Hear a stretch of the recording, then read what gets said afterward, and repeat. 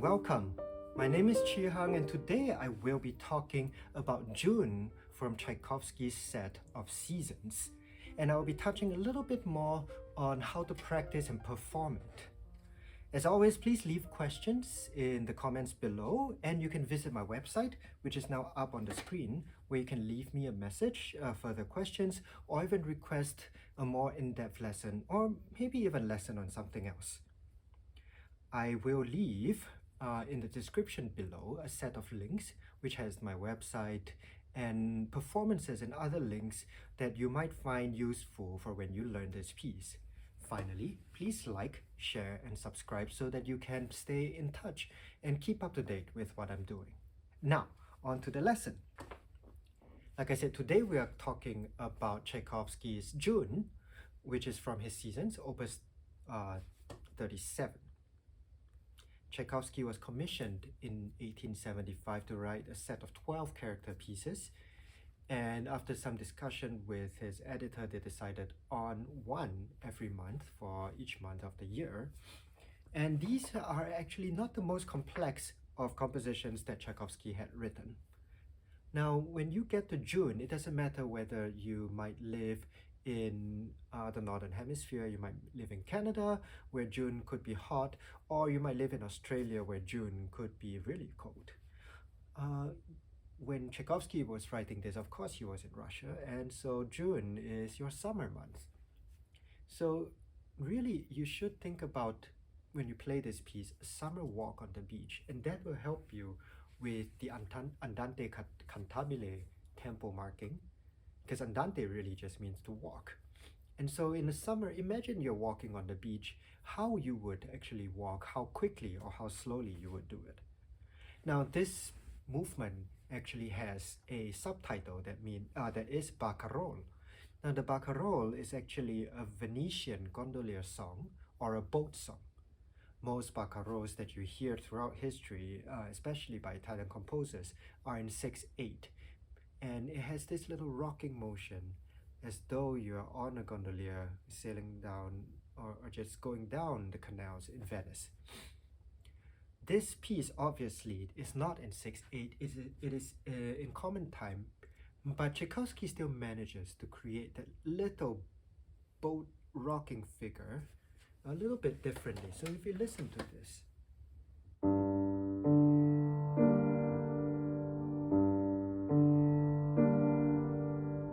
little rocking figure is always lifting a little bit, and this is something that you should try to keep as consistent and as constant as you can, so that as your boat goes down the canals of Venice, you are not likely to capsize. Now, this piece is also very popular and has been transcribed to be played by other instruments and chamber groups and even chamber orchestras. And I encourage you to search out all these different arrangements and listen to them and use that to help you perform and interpret this piece. So in preparation for playing this piece, we need to think about the form. This is a very standard ABA form, and there are 3 sections. The last section sounds like the first, but with a little bit more counter melodies in there and a little bit shorter. And the middle section is of a completely different character. It is faster and it is more exciting, almost like you found something happening. You see, I keep talking about, I keep giving analogies when I'm talking about this piece, because this is something that you should be doing in your own performances, in your own practice, is to come up with some kind of story to help you with interpreting this piece so that it doesn't sound like a bunch of notes. Like I said, each section has a different character or a mood, and to make sure that you have a convincing performance, you need to bring out all these differences, either by imagining images that you want to project into your music, or imagining a story that you want to tell with your music. These are all tactics that we can use to inform our performance. Now, when we practice this is the more important part. Other than just coming up with a story, we need to think about how we actually approach this piece. We see that there are a lot of expressive and very classical melodies, so you need to practice your legato touch.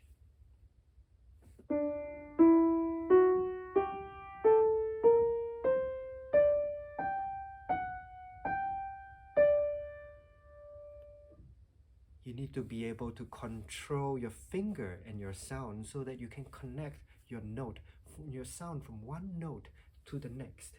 Because as you listen, after I play a note, there is a decay in the sound.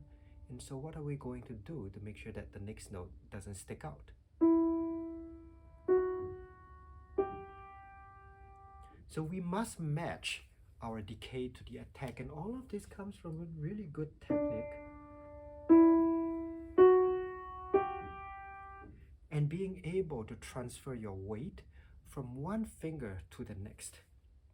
There must be dynamic planning as well. In my edition here, there are some dynamic markings, and there are a lot of pianos written, there are a lot of crescendo and decrescendos written, and this is something that, you know, in a piece like this that takes more than a couple of minutes to play, we need to know where we are going from, where we are heading to, so that not every crescendo goes to fortissimo and not every decrescendo goes to pianissimo.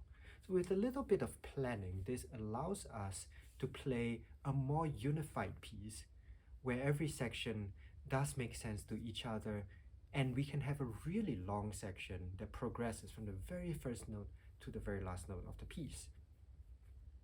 Being a romantic era piece, you are allowed and definitely expected to put in some rubato.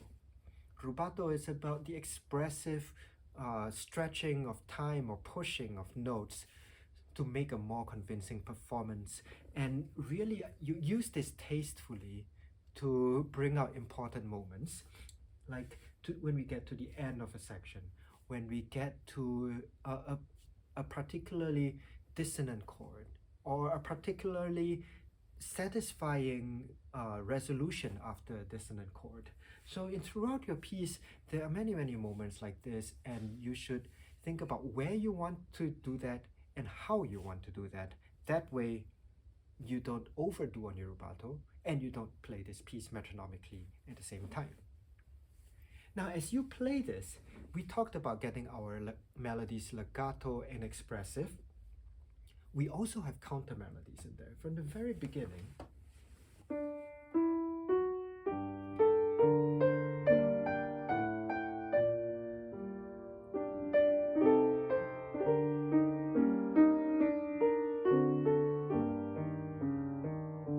you see the line being transferred from one hand to the other hand, and then as you move on through the piece, there are more and more of this, especially in the third section, where the counter melodies come in immediately.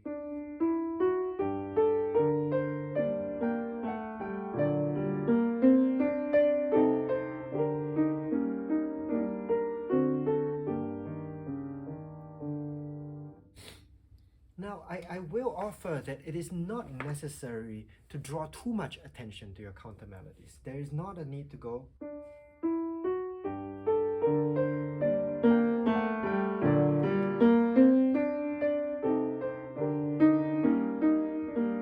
There is not a need to deliberately bring them out so much on a higher dynamic level that it destroys the music.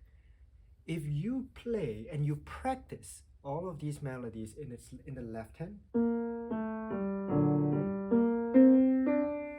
making sure that they are definitely expressive by themselves and that you can do it, then when you balance it out and you play them both together, there is not a need for you to deliberately push up the dynamic level of a counter melody so that they are heard. Because an expressive melody will definitely take attention, and that way the counter melodies will be heard and will be appreciated. It sounds a lot more natural and organic. But definitely you do want to practice this with lots of hand-separate practice, so that throughout all these pages you know what are the important points in each hand and at every moment you want to bring out. And this is definitely not limited to just the slow section, because in the middle section we have a little bit of this as well. When we get to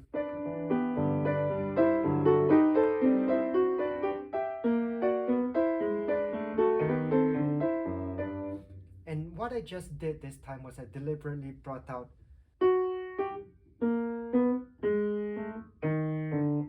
a little bit of this interesting half-step semitone movement in the left hand, which is something that, again, bring it out expressively, but do not shout it. So with that being said, we come almost to the end of today's class, and I hope what I have said it will be helpful to you when you perform, when you prepare to perform this piece. Now please like, share, and subscribe this lesson so that you can stay up to date, and visit my websites and other links below for further information and my other classes, or if you want to leave me a comment or request a lesson. Please also leave in the comments what other pieces you would like me to play or teach. And I have in the description below also a link of me performing this piece. So here we are at the end of the lesson, and I hope to see you again the next time. Goodbye.